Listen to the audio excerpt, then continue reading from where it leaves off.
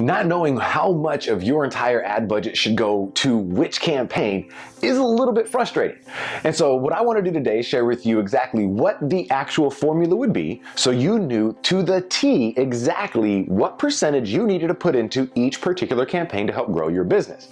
Now, my name is Brandon Northwick. I run Northwicks Consulting, and today's quick video is really just going to be helpful to those who are currently running ads that want a precise measurement to know, what do I focus on? How can I guarantee results? The most efficient way to test the most highest desirable offers.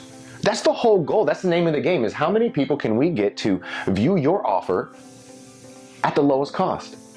And making sure that those are qualified and educated people who are actually looking for a result today. Well, the first thing that we have to do is we have to focus on the lead generation asset. A lot of people do not focus on the lead generation asset. What they do is they want to go direct to the sales. So if we notice, there are three different pie charts here. We have the first pie chart, which is going to be for testing. This is strictly for testing. This is your testing campaign formula. What we're going to do here is we're going to look at the amount of your budget that needs to be invested into lead generation. Now, if we have a 100% ad budget, that represents the whole pie, and we need to take 70% of that and put that to lead gen, what does that tell you about the importance of lead gen?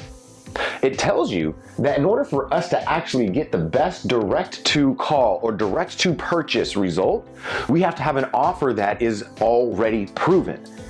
If not, then you're going to be testing your offer at a very high cost. Why would anybody want to do that? Why would you want to test your main offer at a high cost with people who may or may not be interested, using language that may or may not work?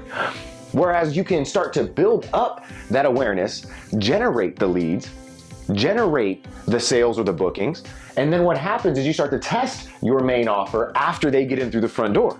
This way, you're collecting a database of people who you know you can help, and whether or not they like the offer today, that doesn't matter. It's just going to give you the data on how to optimize it.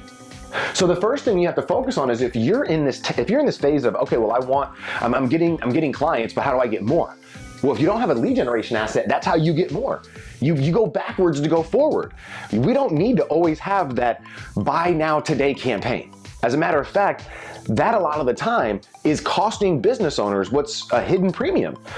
So if you want to alleviate, if you want to totally just get rid of that premium, then we want to start with the lead base first. This lead generation asset should be about 75% or 70% of your entire budget when you're in the testing phase.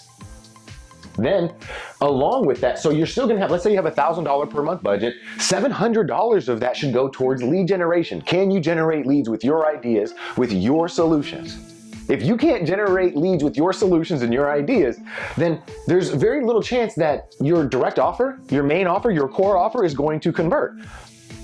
So we have to pay attention to that and go, okay, well, why would I want to waste time, waste money, waste energy on something that may or may not work when I could do this knowing how to reach the segment of my market that I could help the most, the fastest, get them into my sphere and start to really educate them on why I'm the best at what I do. That's where the brand awareness comes in. So notice we lead with the leads, we then follow up with the brand awareness, and then we go the direct to purchase or direct to book, the direct to booking. Look at the difference, 70, 10, 20. Most of everything is in the lead gen asset, very little in the branding, and then a little bit in the direct.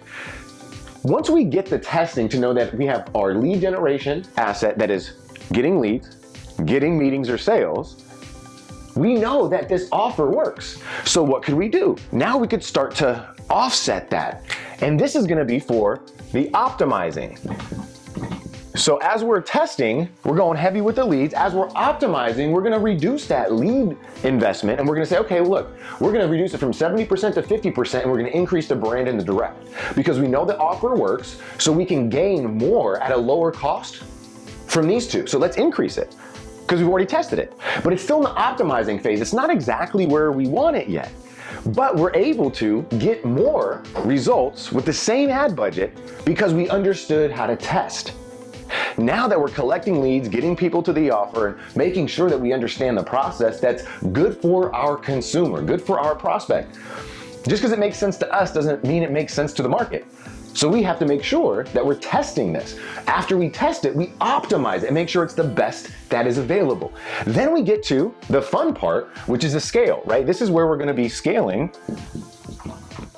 And the scaling measurements and the metrics on the scaling are gonna be a little bit different.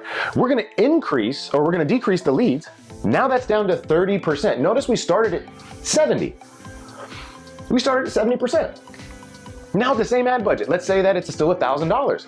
Now what we're doing is we're gonna say, okay, look, 30% of that's gonna go directly to lead gen, 30% of that's gonna go to brand awareness, and 40% of that's gonna go directly to direct to consumer or direct to call, whatever it may be. So we wanna make the seller get the booking. Once this happens, now you can start to pump up the money. Now you can go from 1,000 a month to 2,000 a month to 3,000 a month, because this 40% plus this 30% plus this 30% is gonna generate you more than this 70, this 10, and this 20. Same exact ad budget, but you're gonna get a lot more from this, meaning that you can now see the return and go, oh, profitable asset, let me put more in. Notice we're not skipping steps. We're not jumping ahead of the game. We're not saying that we're gonna jump in at 10 grand a month to test. There's no reason to do that. You can test with very little daily budget campaigns to make sure that you have the data you need to make educated decisions about what the market actually needs. So my system that I create in my VPC method that creates this sense of value-based marketing that's going to push them through the front door, allow them the opportunity to educate themselves about why you are the best, and then make the pitch so natural that it's just as simple, hey, would you like some help with putting everything together? And with that, your entire ad budget over here looks a little bit different when you're in the scaling mode than it is when you're in the testing mode. Now, if I go straight into the scale mode before I test, I fail. I'm gonna lose 40% of my money right out the gate because I don't know if the offer is gonna work. My branding message is gonna be off because I haven't read the data yet to know exactly how I need to speak to my market. And the lead gen is gonna be at a higher cost than it should be because I haven't done the testing. So you can see that without starting in this particular phase and then moving through these phases by allocating different percentages to your advertising budget, you can start to increase your results on the same budget. But the point is you gotta start with the testing. So if you'd like some help with putting everything together, go ahead and find the link or the button around this video. And I'd love to meet with you to see exactly how we can get you set up with the Northwicks sales system and the VPC method. Hope you enjoyed today. I'll see you on the next video. Take care.